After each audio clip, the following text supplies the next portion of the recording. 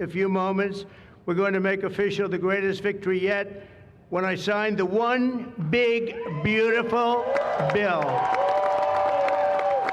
And before I start, I want to tell you that I've never seen people so happy in our country because of that, because so many different groups of people are being taken care of, the military and civilians of all types, jobs of all types. We're adding things like the biggest tax cut in the history of our country, child tax credits. So many things are being added that we wouldn't even have time to discuss them. When we were doing it, John Thune and Mike Johnson right there, I see Mike, what a job they've done. What a job they've done. But you know, it was supposed to be in 3, 4, 5, 6, or 7 different bills. And I was on one of the fake news shows and I said, let's do it in one beautiful, big, we want one big, beautiful bill. I said that to this newscaster, and I think a lot of the congressmen and senators were watching, and they said, let's name the bill that, the one big, beautiful bill. And that's what we did. And what we've done is put everything into one bill. It's never happened before. It's the biggest bill of its type in history. We've never had anything like that before. Nothing like that they thought would be possible to get passed. And actually, I liked it because we had so much in there that no matter who you are, there was something in that bill that would make your congressman or your senator or your congresswoman, much more importantly, raise their hand and support, right, Lisa? So that was something, and it was really something special. So the American people gave us a historic mandate in November. We won everything. We won the swing states, all 7 swing states. We won every one. That rarely happens. We won the popular vote. We won the districts, 2,750 to 505. That's why when you look at a map, it's all red, a little blue on each end, but it's all red. And by the way, red means Republican, just in case. But we made promises, and it's really promises made, promises kept, and we've kept them. This is a triumph of democracy on the birthday of democracy. And I have to say that the people are happy. They're happy. And I listened to a broadcast, and I read a couple of articles. They have the Democrats, they should have voted for it. They didn't vote for tax cuts. They didn't vote for taking care of people. They didn't vote, not one vote. And we knew that because their hatred of either the country or me or both is so great. They didn't vote at all, and it's terrible. But I just have to say, they have a routine. It's terrible, they say. Terrible, terrible. You saw that guy standing up for hours yesterday. He didn't know what he was even doing there. I say, when's he sitting down? He had a towel. He's wiping his face. That's not too elegant. But what is he? I said, what is he doing for so long? And he couldn't criticize the bill. He was criticizing everyone else and everything else. So they've developed, and this is according to the news media, they've developed a standard line, and we can't let them get away with it. Oh, it's dangerous. Oh, everybody's going to die. It's actually just the opposite. Everybody's going to live. This is just the opposite. And I just want you to know, if you see anything negative put out by Democrats, it's all a con job. And they said, and they compared it to just like the con job of Russia, Russia, Russia, and all of the other things they did. The 51 intelligence agents said, and the laptop from hell, it came from Russia, they said. No, it didn't come. A lot of things come from Russia. That didn't come from Russia. And it was all proven out to be a fake job, and that's what they're doing with this. So we just have to look forward, fellas, look forward and just say what it is, because it's the most popular bill ever signed in the history of our country. Whether you're military or anybody else, this is the most popular bill ever signed.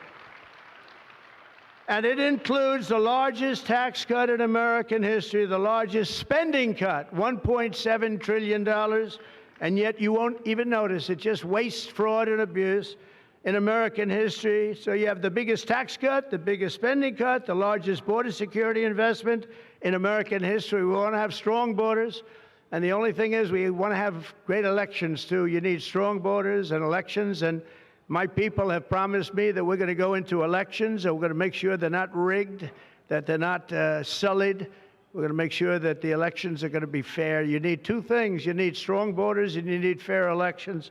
And we're going to make sure on the elections also. And our armed forces are one of the most vital military modernizations of all time. It will take place. So we rebuilt our military in our first term, and now we're going to modernize and remodernize our military, including building a great golden dome all over our land so that if they get nasty with us, it's going to be knocked down. It's going to make any of the golden domes, they call them the iron domes, we're calling ours the golden dome, because we did the iron domes, and we do sort of everything, if you want to know the truth, but this blows it away. We're going to keep you safe. I want to thank every member of the House and Senate who worked to get this bill on my desk, and many of them are here, and I'm not going to mention all their names because we'll be standing here, but I have to mention a few, and especially I want to thank Vice President J.D. Vance, who's been fantastic. Secretary of State Marco Rubio, who's been incredible. We have somebody that is, it was a passion. I think he actually loved it. It wasn't easy, but he loved it. Speaker of the House, Mike Johnson, who's right here. Speaker, thank you very much. What a job, and he worked so closely with the Senate Majority Leader, John Thune, who's a fantastic guy. And those two are a team that is not going to be beat. When you look at them and you look at their counterparts on the other side, it's not even close. I want to thank both of you people for doing an incredible job. Thank you very much, John and Mike. House Majority Leader Steve Scalise, a brave man. Steve, you know, he suffered a tragedy a number of years ago. I was at his hospital bedside that night with Melania, with our First Lady, and he had no chance. The doctor said he has very little chance, and you look better today than you did then. You didn't look particularly good that night, I will say. But I learned one thing, his beautiful wife loved him. She was a disaster, right? I told him, I said, Steve, I can only tell you one thing. I was with your family and I was with your wife, and your wife was devastated. She loves you. I've seen a lot of wives that, you know, they don't seem to be so concerned in those situations. That's the kind of wife you don't want. But you have a great, beautiful wife who was really there, and you really have done. You're a very brave guy, and Mike and John and everybody that's standing with you knows it. Thank you very much. I really appreciate it. House Majority Whip, this is a guy who's great. When I have a problem, I call him up, and he gets it done. He's a tough cookie. I don't know why he's not the governor of Minnesota. He comes from Minnesota. He's like, oh, look, he goes, no, I don't want to run for governor. You know, come to think of it, I think that's a good idea. You would win so easily. The guy is terrible. You would win. You just have to take a look at that handsome face of yours, and you'd win. Tom Emmer, everybody. He did a great job.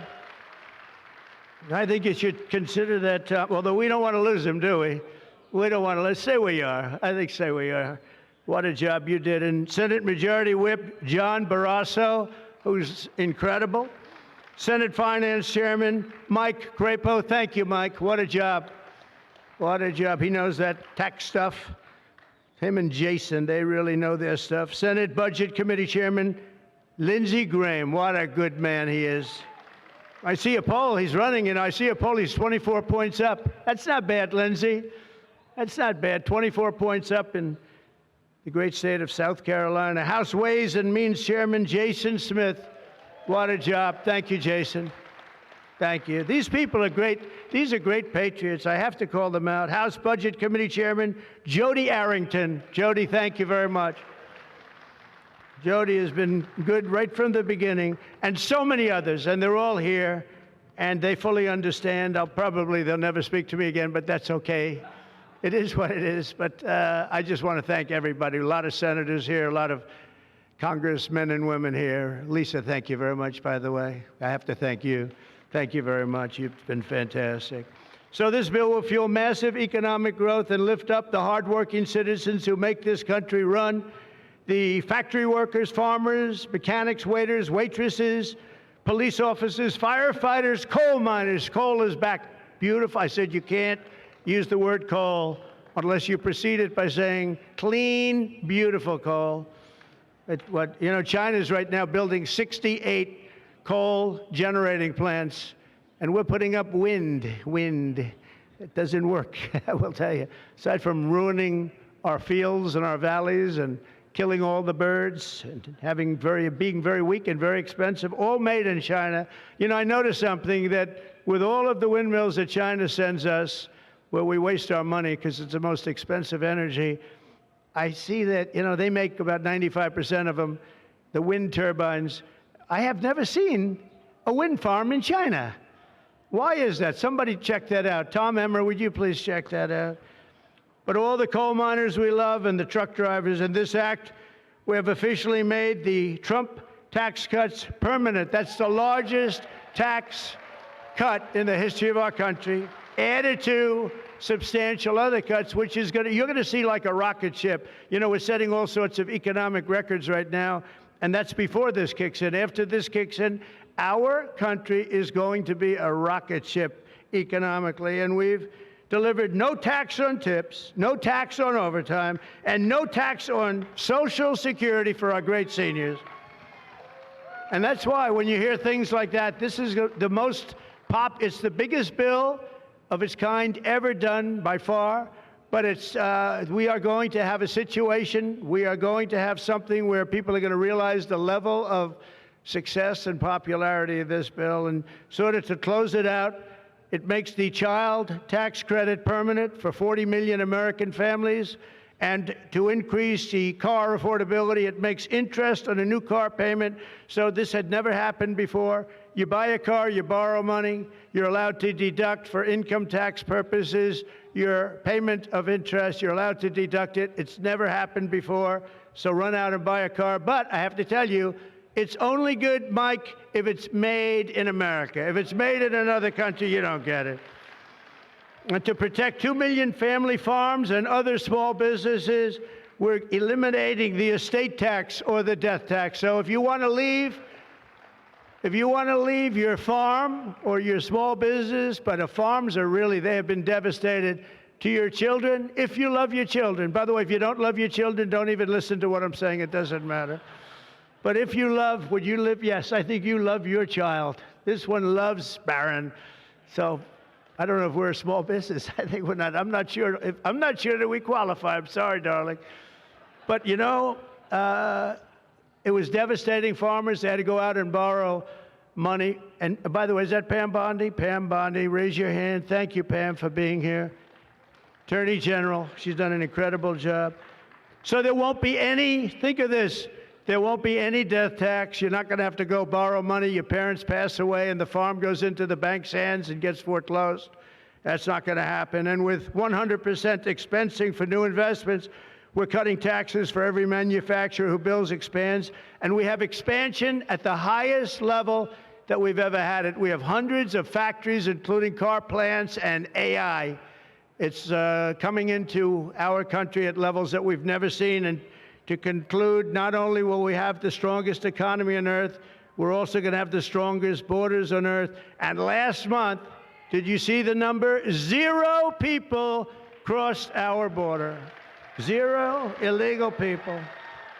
And that's after Joe Biden let 21 million people, many of them people from gangs and prisons and drug lords and people that were mentally unbalanced, they let them into our country. We're getting them out at record numbers, and we have an obligation to, and we're doing it. So as we approach the 250th anniversary of America's founding exactly 1 year from now, we are creating an economy that delivers wealth for the middle class, a border that is sovereign and secure, and a military that is unmatched, unequaled anywhere in the world. And you saw that. And what a beautiful sight that was, especially after watching what they did just a short while ago.